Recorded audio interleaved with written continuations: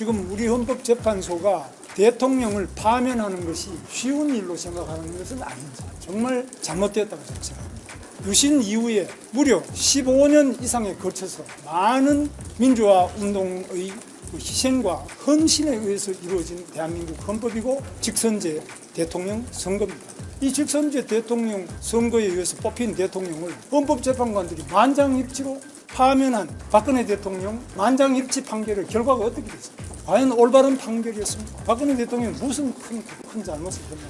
저는 그런 점에서는 아직까지도 우리 헌법재판소가 너무나 국민들의 직접 민주주의에 대한 열망, 국민들이 직선제를 통해서 뽑은 자기 대통령에 대한 사랑과 충성 이런 것들에 대해서 너무나 가볍게 보니까 정책을 발표한다든지 다른 뜻을 밝힌 적이 없는데도 불구하고 이렇게 나오는 것은 우리 사회가 정말 너무 한쪽으로 쏠리는 것, 쏠림 현상이 대한민국을 매우 불행하게 할 수 있다는 걱정과 우려, 이런 우려들이 반영이 돼서 저한테 여론이 높은 것으로 나오는 것 같은데 저는 정말 너무 무겁고 가슴이 아픈 일입니다. 저는 대한민국의 가장 진보적인 분이 이승만 대통령이라고 생각합니다. 박정희 대통령보다 더 진보적인 분이 뭐가 있습니까?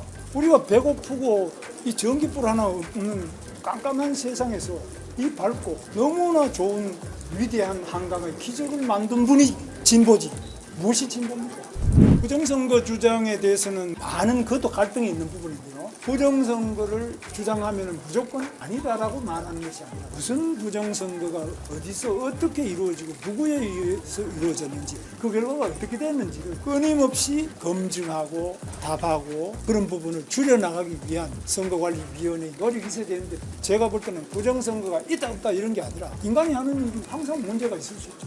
그 문제를 고쳐나가는데 정성을 다하고 그 문제를 제기하는 분을 잘 말씀을 경청해서 하나씩 고쳐나가는 것이야말로 위대한 대한민국 공직자가 해야 될 일이라고 저는 생각합니다. 여러분 반도체 우리 삼성이 TSMC에 비해서 얼마나 늦어집니까? TSMC 구마모토 공장은 2년 만에 물건이 쏟아져 나옵니다. 용인에서 지금 SK나 삼성이 시작한 7년이 됐는데 아직 시작도 못하고 여러분 이거 보면 좀 끔찍하지 않습니까? 대한민국의 속도가 일본의 속도보다 늦어져요. 만만디 중국이라는데 중국보다 우리 속도가 늦어졌어요. 미국보다도 늦어졌어요. 대한민국의 미래가 있겠습니까? 반도체는 한마디로 이 물건이 속도 전쟁입니다. 늦으면 그거는 쓰레기입니다. 대통령께서 계엄하기 전에 다른 여러 곳에서 이 계엄을 해야 된다는 말씀을 많이 들었는데 군이 계엄을 했을 때 거기에 호응하는 국민이 있어야 돼요. 지금 우리 대한민국에 여러분 누가 호응합니까? 그 외에도 다른 방법이 있는데 왜 계엄을 하냐? 호응하지 않을 것이기 때문에 저는 대통령께 계엄은 저한테 말씀하셨으면 제가 극구 만류하고 반대했을 것이라고 말씀드린 거죠. 저는 그런 기회가 없었어요. 나경원 의원님을 만나 뵀는데 나경원 의원님이 우리 요즘에 너무 고용도 어렵고 힘든데 좀 국회의원들하고 이렇게 협력해서 이야기를 한다든지 다른 방안이 없느냐 그래서 하는데 이 마침 토론 초청해 주셔서 제가 이렇게 오늘 오게 됐습니다. 와보니까 너무 많이들 의원님들 오셔가지고 또 언론인 여러분들도 너무 많이 오셔서 저는 정말 깜짝 놀랐습니다. 이렇게 많이 오실 줄은 여기 올 때까지 생각도 못했는데 너무 많이 관심을 가져주셔서 감사하기도 하고 또 부담스럽기도 하고 정말 얼마나 이게 지금 나라가 어려운 상태냐 하는 것을 잘 보여주고 있다고 생각합니다. 헌법재판소가 대한민국의 위대한 헌법을 지키고 헌법 정신을 지키고 자유민주주의를 지키는 그러한 헌법재판소가 되기를 바라고요. 또 지금 헌법재판소의 공정성 시비가 그 위원의 선임 과정이나 재판의 진행 절차 문제라든지 여러 가지로 많은 우려를 가지고 있는 국민들이 있고 한편으로는 헌법재판소가 빨리 좀 그 속도를 내서 판결을 내려달라 이렇게 하는 분도 있고 국론이 그야말로 양분되어 있는 상태로 저는 보고 있습니다. 헌법재판소가 보다 공정하게 그리고 국민들이 납득할 수 있는 헌법재판의 절차 진행과 또 결론을 내려놓으시기를 간절하게 기도드리고 있습니다. 지금 공정성이 조금 논란이 있다는 말씀이십니까? 그 제가 말씀하니까 아시는 거지. 그래서 지금 우리 헌법재판소가 대통령을 파면하는 것이 쉬운 일로 생각하는 것은 아닌지, 대통령을 파면하는데 만장일치로 파면한다, 그런 것을 박근혜 대통령 때 봤습니다. 정말 잘못되었다고 저는 생각합니다. 대통령이 전 국민이 투표를 해서 뽑았습니다. 우리는 1987년 민주화 대항쟁을 통해서 우리 국민들이 우리 대통령을 뽑고 싶다. 체육관 대통령, 우린 싫다. 뭐 유신 대통령도 싫다. 이런 온 국민들의 염원과 열화 같은 노력에 의해서 1987년 대한민국 직선제가 시작됐습니다. 이 직선제는 모든 국민이 자기의 대표를 선택할 수 있다는 대한민국의 가장 큰 상징입니다. 이 직선제 대통령 선거라는 것은 대한민국 민주주의의 꽃입니다. 이것은 유신 이후에 무려 15년 이상에 걸쳐서 많은 민주화 운동의 희생과 헌신에 의해서 이루어진 대한민국 헌법이고 또 직선제 대통령 선거입니다. 이 직선제 대통령 선거에 의해서 뽑힌 대통령을 헌법재판관들이 만장일치로 파면한 박근혜 대통령 그 헌법재판 만장일치 판결의 결과가 어떻게 됐습니까? 과연 올바른 판결이었습니까? 박근혜 대통령이 무슨 큰 잘못을 했나요? 저는 그런 점에서는 아직까지도 우리 헌법재판소가 너무나 국민들의 직접 민주주의에 대한 열망, 국민들이 직선제를 통해서 뽑은 자기 대통령에 대한 사랑과 충성, 이런 것들에 대해서 너무나 가볍게 보고 있다. 과연 그런 정도로 무거운 그 직분을 우리 헌법재판관들이 가지고 계신다면 보다 더 숙고하시고 그 절차를 정말 국민들 누구라도 어느 편이든 좋습니다. 저는 탄핵 찬반을 말하는 것이 아니라 어느 편이라도 마음속으로 승복할 수 있는 이러한 헌법재판소로 발전해 나가기를 간곡하게 저는 기도하고 있습니다. 여론조사에 대해서는 뭐 제가 말씀을 드릴 수가 없습니다만 여러 가지 해석이 있을 수 있겠는데 저로서는 너무나 뜻밖이고 뭐 제가 한 게 없지 않습니까? 제가 뭐 제가 정책을 발표한다든지 무슨 다른 뜻을 밝힌 적이 없는데도 불구하고 이렇게 나오는 것은 우리 사회가 정말 너무 한쪽으로 쏠리는 것, 그리고 그 쏠림 현상이 대한민국을 매우 불행하게 할 수 있다는 어떤 걱정과 우려, 여기 이런 우려들이 반영이 돼서 저한테 여론이 높은 것으로 나오는 것 같은데 저는 정말 너무 무겁고 가슴이 아픈 일입니다. 그 점에 대해서는 제가 말씀드릴 게 아닌 것 같습니다. 뭐 확장성이 있느냐, 무슨 확장성을 말하는지 저는 모르겠습니다만 저는 대한민국의 가장 밑바닥 청계천에 재단 보조, 미싱 보조, 그 다림질하는 보조로부터 출발해서 공장에서 7년 이상 공장 생활을 하고 민주화 운동 과정에서 제가 감옥만 2년 6개월 2번 감옥을 갔다 왔습니다. 그리고 제가 가장 어려운 지역이라는 우리 부천 소사에서 국회의원도 제가 3번 했고요. 경기도에서 제가 도지사도 2번 했고 저는 여러 가지 면에서 사회 가장 밑바탕에서부터 가장 남들이 하고 싶어하는 자리까지 해봤는데 그 모든 어떤 과정에서든 간에 우리 사회의 약자에 대해서 제가 제 삶의 사명으로서 모든 것을 다해서 이 약자를 보살피는 것이 공직자의 첫 번째 직분이다. 이 점을 잊은 적이 한 번도 없고 저는 그렇게 살아왔다고 생각합니다. 제 국회의원으로서 활동의 그 의사록이 지금 다 기록 보존되어 있지 않습니까? 경기도지사로서 제가 한 일도 다 보존이 되어 있습니다. 저희 모든 공적, 사적 그 행위와 제가 한 그 방향이 다 나와 있기 때문에 제가 일일이 설명드릴 필요가 없다고 생각합니다.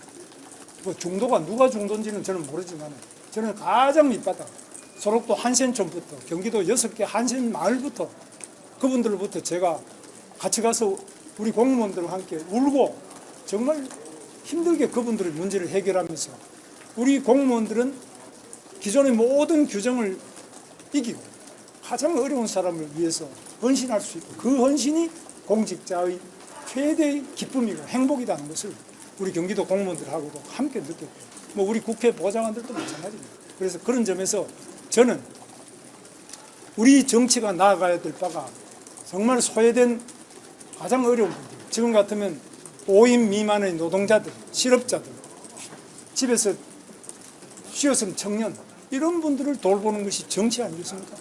그분들과 함께 하는 것, 그분들과 함께 그 난관을 헤쳐나가면서 우리 위대한 대한민국을 향해서 손잡고 나아가는 그것이 바로 정치의 본령이라고 생각합니다. 저는 뭐 그런 점에서는 한 번도 바뀌어본 적도 없고 제가 좌쪽에 있었든 우쪽에 왔었든 간에 바뀌어본 적이 없습니다. 그래서 그런 점에서 말씀하실 거는 뭐 받아야 되는 거는 충분히 비판을 받도록 하겠습니다. 한동훈 대표님도 훌륭한 점이 많이 있는 분이고 다른 어떤 후보든지 어떤 대한민국 국민이든지 뭐 다 대통령 출마할 수 있는 거 아닙니까? 그래서 이준석 대표처럼 나이가 모자라가지고 우리 40세 돼 있잖아요. 나이가 모자라서 뭐 자격이 안 되는 이런 분들 빼고 이제 나이가 됐으니 나오겠다. 뭐 저는 아주 바람직한 일로 생각하고 나이가 되고 또 자격이 있는 그런 분들은 어떤 분이라도 출마를 선언할 수 있고 출마하실 수 있고 그런 뜻을 밝히는 것 이것이 자유 대한민국의 가장 아름다운 모습 아니겠습니까? 저는 대한민국의 가장 진보적인 분이 이승만 대통령이라고 생각합니다. 이승만 대통령에 대해서 여러분 읽어보신지 모르겠는데 저는 뭐 오랜 동안 이승만 대통령을 미워하고 그분이 독재자라고 생각합니다. 그분이 분단의 원흉이라고 생각합니다. 제가 철이 들고 난 다음에 이승만 대통령 전집을 읽으면서 기념사 앞에 제가 지금도 고민을 하고 있습니다만 이승만 대통령보다 더 진보적인 분이 대한민국 한반도 역사에 있었겠나. 여러분 읽어보십시오. 박정희 대통령보다 더 진보적인 분이 누가 있습니까? 우리가 배고프고 이 전기불 하나 없는 깜깜한 세상에서 이 밝고 너무나 좋은 위대한 한강의 기적을 만든 분이 진보지. 무엇이 진보입니까? 이재명 대통령 후보가 중도 보수라고 하는 점에는 동의하시나요? 그거는 뭐 남이 뭐라 그러는데 그거는 제가 논할 바가 아닌데 다만 진실한 사람이라야만 공직을 맡을 수 있다. 청렴한 사람이라야만 공직을 맡을 수 있다. 자기를 위해서 일하는 사람이 아니라 가장 어렵고 가장 힘든 분들을 돌보고 그분들을 위해서 자기의 온 몸과 마음을 다할 수 있는 이런 분이 공직자가 돼야 된다고 생각하고 저는 늘 공직자에게 공직자는 법과 규정보다는 정말 어려운 국민들의 찾아 나서고 어려운 국민들의 눈물을 닦아드리고 그분들을 손잡고 함께 일어서는 것 이것이 공직자의 첫 번째 사명이 아니냐고 저는 늘 그렇게 공무원들한테 말씀을 드리고 있습니다. 저는 고용노동부에서 계속 그 말씀 드리고 제가 국회의원 할 때나 도지사 할 때나 공직자에게 이 말씀을 한 번도 잊어본 적이 없습니다. 공직자가 깨끗하지 않으면 온 나라가 더러워져서 국민이 살 수 없는 나라가 된다. 동서고금의 공통된 나라. 공직자는 깨끗해야 된다. 두 번째 공직자는 자기 이익을 위한 것이 아니라 가장 어려운 분들을 위해서 모든 것을 바칠 수 있어야 된다. 그리고 위대한 대한민국을 위해서 공직자는 자기 목숨까지 바쳐야 된다. 그리고 당당하게 바쳐야 된다. 그리고 거기에 대해서는 어떤 거침도 없이 어떤 후회도 없이 자기 모든 것을 바치는 것이 공직자의 자세고 사명이라고 저는 생각하고 그렇게 말하고 있습니다. 역사에 대해서는 이미 우리나라 사학계가 상당한 연구가 다 되어 있습니다. 그래서 지금 건국 초기에는 연구가 좀 덜 된 게 있었는데 지금 우리나라 국사학계 굉장히 발전이 되어 있습니다. 학계도 많은 발전을 하고 있고 그래서 사료에 바탕하여 역사적 사실에 바탕하여 우리는 역사를 겸허하게 사실에 입각하여 올바르게 똑바로 볼 필요가 있습니다. 내 마음대로 역사를 바라보거나 또 누가 이야기한다고 거기 따라서 역사를 보는 것이 아니라 역사적 사실 그리고 그것이 우리 대한민국이 나가는 방향에 어떤 족적을 가졌는지를 보는데 과거에 우리가 식민지 시대에 나라를 잃고 국적을 잃었을 때의 그 역사조차도 우리는 그것을 일부러 바꾸거나 고치거나 이것이 아니라 있는 그대로를 볼 때라야만 우리는 위대한 대한민국의 미래를 열 수 있다고 확신하고 있습니다. 부정선거 주장에 대해서는 뭐 많은 그것도 갈등이 있는 부분인데요. 저도 이 문제에 대해서 오랫동안 직접 관심을 가지고 이해창 총재가 선거에 졌을 때 그때 우리 당시 한나라당이죠. 그래서 소송을 해서 재판정에서 그 검표를 새로 했어요. 영등포 여기 법원에서도 하고 여러 군데 하는데 제가 그때 당시 사무부총장으로서 실무자가 돼가지고 거기 가서 교포하는데 뭐 몇 표 차이가 나는데 별 문제가 없었고요. 박혁규 의원이 있습니다. 경기도 광주의 국회의원인데 3표 차를 됐습니다. 그래서 국회에서 별명이 박세표입니다. 그래서 너무 억울해서 재판을 했는데 가서 제가 봤는데 또 오히려 뭐 한 표 더 생겨서 4표가 됐네 이렇게 거의 차이가 없었습니다. 그 다음에 이번에 민경우 의원이 인천 연수을에서 부정선거 할 때 저도 그때 문제를 많이 제기해서 그때도 같이 보니까 뭐 상당한 정도 좀 차이가 있었습니다. 그래서 지금 부정선거 문제에 대한 논란은 첫째, 이것을 가릴 수 있는 것은 중앙선거관리위원회가 가릴 행정적 책임이 있는 기관입니다. 그러면 부정선거다 하는 분들한테 무엇이 부정선거인지를 받아가지고 제일 많이 제기하는 것 첫째, 사전투표제의 문제입니다. 사전투표가 관외 사전투표는 특히 뭐 제가 저 광주에 가서 투표를 했다. 그럼 그 사전투표 광주에서 한 걸 그것이 우송으로 다시 우편 배달하시는 분들이 또 이쪽에 서울 집중국으로 와가지고 여기서 다시 제가 사는 관악구 같은 관악구 갑인데 저는 관악갑에 선관위에 보내지 않습니까? 이 사전투표가 관내에서 이루어져 관내 사전투표가 이루어져서 이까지 오는 과정에 문제가 있지 않느냐 이 문제 제기가 하나 있고요. 그 다음에 관내 사전투표를 한 다음에 그 투표함을 보관을 5일이죠. 5일 뭐 이렇게 하고 있는데 그 보관하는 기간 동안에 여기에 무슨 부정이 없느냐. CCTV가 설치, 저는 CCTV가 없었어요. 있는데도 있었지만 없는지. 뭐 이런 거에 의문을 제기하는 거예요. 이게 정당한 의문이거든요.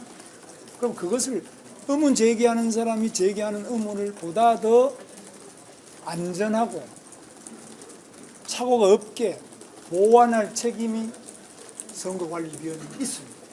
그런데 이것을 굉장히 자기들끼리 다 했는데 왜 또 묻느냐 이런데 저는 공무원으로서 우리 고용노동부나 경기도나 어떤 민원이 말도 안 된다고 생각하는 공무원들이 볼 때 말도 안 된다고 생각하는 민원을 계속 제기해도 항상 친절하게 항상 충분하게 납득할 때까지 계속 답을 해드리는 것이 공직자의 기본이에요.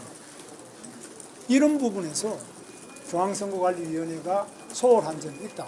그 다음에 또 부정선거는 의혹을 제기하는 사람들은 뭐 외부에서 해킹으로 이 컴퓨터나 서버를 조작한다든지 이럴 수 있지 않나. 이거는 이제 검증을 하기 굉장히 간단하지 않습니까? 저는 기술이 없거든요. 그 다음에 하나는 이제 개수기 세는 거 이게 여기서 조작이 있지 않냐. 뭐 그거는 그렇게 어려운 문제는 아닌 것 같아요. 그래서 손으로 다시 개표하고 세우고 대비하면 될 것 같아요. 전체적으로 이 컴퓨터의 일정한 집계 과정에서 오류나 조작이 있을 수 있다. 이런 여러 가지 부분이 있지 않겠습니까?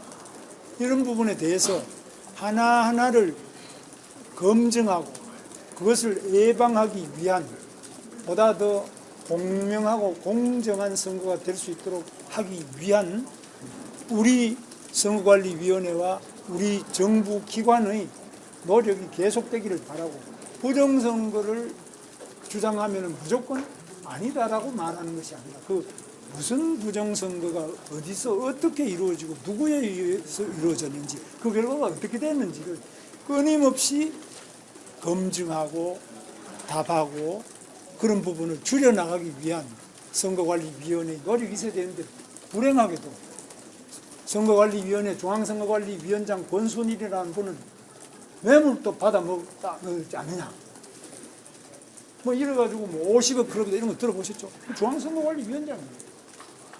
매우 잘못된 그다음에 그 자녀를 뭐 특혜 채용을 했다든지 여러 가지 중앙선거관리위원회를 둘러싼 다른 부정비리의 문제가 선거 전반의 부정비리로 비화 확산되는 이 과정은 참 불행하고 안타까운 과정입니다. 이것 때문에 승복하지 못하는 국민들이 그걸 가지고 또 더 승복합니다. 이런 것들을 하나하나 지금 차근차근하게 해결해 나가면 이 문제는 그렇게 어려운 문제가 아니라고 들으십니다. 그래서 제가 볼 때는 뭐 부정선거가 있다 없다 이런 게 아니라 인간이 하는 일이 항상 문제가 있을 수 있죠. 그 문제를 고쳐 나가는데 정성을 다하고 그 문제를 제기하는 분을 잘 말씀을 경청해서 하나씩 고쳐 나가는 것이야말로 위대한 대한민국 공직자가 해야 될 일이라고 저는 생각합니다. 우리 고용노동부는 이 방송사 특히 MBC 같은 데는 꿈의 직장 아닙니까? 그거 아무나 들어가는 게 아니잖아요. 이 꿈의 직장에 기상캐스터가 됐는데 그분이 꿈을 이루진 않고 죽음이 되어서 나온다. 이걸 받아들일 수가 없어요.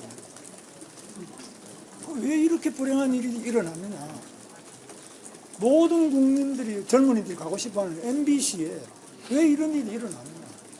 여기에 대해서 저는 고용노동부 장관으로서 반드시 답을 해야 된다고 봐요. 우리 젊은이들이 뭐 어떤 이유든지 간에 그 좋은 젊은이가 왜 죽음에까지 이르게 되었는지를 저희는 특별근로 감독이라는 형식이 그게 부족하고 있습니다. 그러나 어떤 방식이든 간에 다시는 우리 젊은이들이 꿈의 직장에서 죽음으로 나오는 일은 절대로 없어야 된다고 생각합니다. 뭐 그건 제가 전혀 모르겠어요. 저는 뭐 명태균 씨라는 사람은 뭐 이름도 들어본 적이 없었는데 이제 이게 문제가 되고 난 다음에 처음 들어요. 저는 뭐 전혀 그걸 모르겠어요. 그래서 제가 뭐 말씀드리기에는 너무나 준비가 너무 없습니다. 반도체 특별법 보십시오. 여러분 반도체 우리 삼성이 TSMC에 비해서 얼마나 늦어지거든요. TSMC 구마모토 공장은 2년 만에 물건이 쏟아져 나옵니다. 구마모토는 일본에서 아주 규슈 지역이 아주 시골이거든요.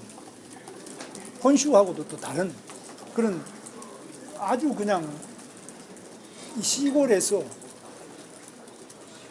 TSMC가 가동이 되는데 2년 걸려요. 우리는 용인은 수도권에서 아주 좋은 땅입니다.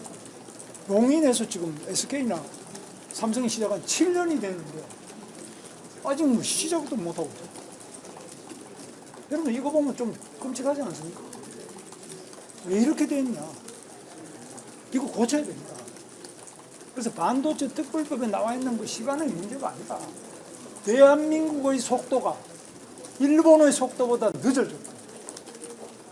중국 만만디 중국이라는데 중국보다 우리 속도가 늦어졌습니다. 미국보다도 늦어졌습니다. 성장 속도가. 대한민국의 미래가 있겠습니까? 대한민국은 빨리빨리라 그러는데 대한민국이 세계에서 가장 늦은 속도로 추락하고 있는데 이게 왜 추락합니까? 반도체는 한마디로 이 물건이 속도 전쟁입니다. 늦으면 그거는 쓰레기입니다. 격차 빨라야 돼요. 격차, 초격차를 확대하고 늘려나가기 위해서 우리는 모든 힘을 집중해야 되는 거예요.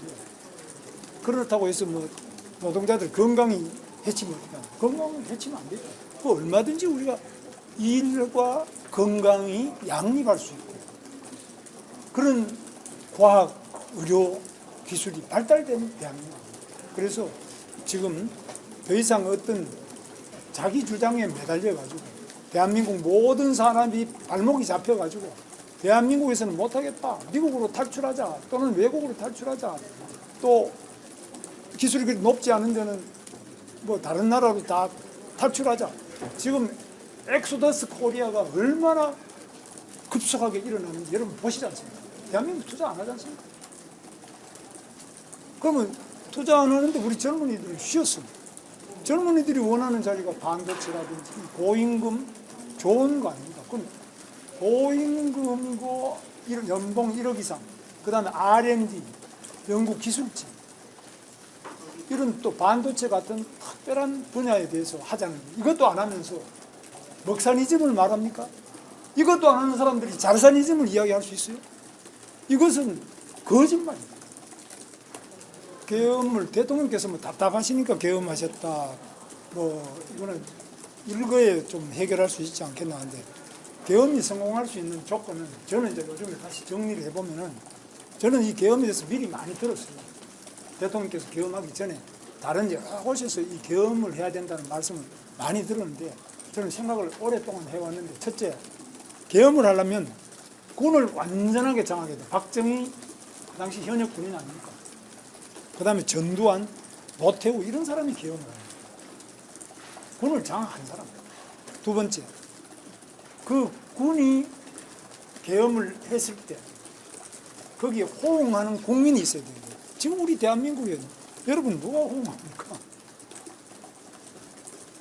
그리고 군을 장악하지를 못했기 때문에 군인들이 여기 와서 울고 불고 하는 거 아니에요? 저는 그래서 그런 부분은 뭐 저는 그 군 장악이라는 것이 그렇게 옛날처럼 되지도 않은 때고 또 국민들이 그렇게 쉽게 그 외에도 다른 방법이 있는데 왜 계엄을 하냐?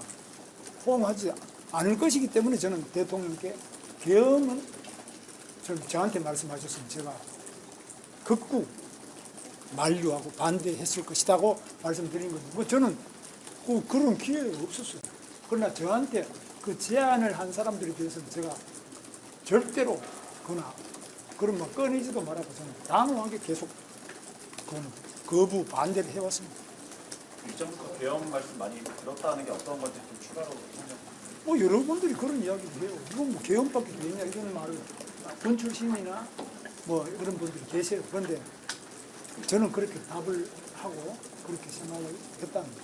뭐 구체적으로 누구 거명을 하라 그러면 제가 거명하기는 좀 그렇습니다. 당시 현재 국무위원들께서 그런 말씀을 하신 건 아니죠. 아니죠. 국무 일은 아니고 그냥 옛날 뭐 군에 계셨거나 뭐 그런 분들 알거나 이런 분들 중에서 그런 분도 있고 또는 막 답답하니까 계엄이라도 해야 안 되느냐 이런 건 여러분 카톡 같은 데 보셨을 것 같아요.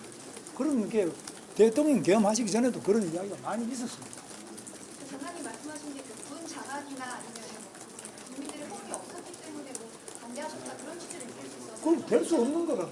좀 더 구체적으로 이렇게 구체적으로 말씀드렸습니다. 뭐 더 구체적인 건 어떻게 장악하니 이런 거는 나중에 뭐 그건 본인들한테 물어보시고. 제가 볼 때는 현역의 박정희 대통령 그때 현역이었거든요. 그리고 그 밑에 움직이는 그 예하 계엄에 동원된 부대들도 실제로 그 현역 군인으로서 많이 가지고 있었어요. 그 현역이. 대통령이 계엄해야 한다는 얘기를 여러 통로를 통해서 들었다는 말씀이신지 아니면 다른 뭐 군이나 장성들로부터 계엄을 해야 한다. 현역 군인들 아니고 이제 퇴역하신 분이라든지 지금 너무 하는 게 이게 문제가 있잖아요. 우리 대통령 말씀대로 부정선거다 무슨 왜 그러면은 저 이 부정 비리를 보고도 방치하느냐 이래 가서 되겠느냐 뭐 이런 이야기 하는 분들이 답답하니까 아 이거는 계엄밖에 더 있겠느냐 이래가지고 뭐 자기 나름대로 계획서가 있다 이런 사람도 있어요. 대통령의 의사를 들으셨다는 뜻은 아니지. 아니신 거죠? 대통령 아니라 그 시중에 그런 분들이 있어요. 그런데 그거는 뭐 여러분도 들은 분 계실 거예요. 대통령 계엄하기 전에. 여기까지 하시겠습니다. 군이 설령 장악되고 국민이 원했더라도 찬성했을 거라는 얘기죠. 그러니까 반대하셨을 거라는 얘기죠. 예? 제 말은 군이 장악을 안 됐기 때문에 국민이 원하지 않았기 때문에 당연히 반대한다고 하셨는데 군도 전혀 장악이 안 된 게 이번에 드러났잖아요. 그죠? 군이라는 사람이 김용현 장관도 군 출신이지만 현역에는 뭐 계시는 분이 아니잖아요.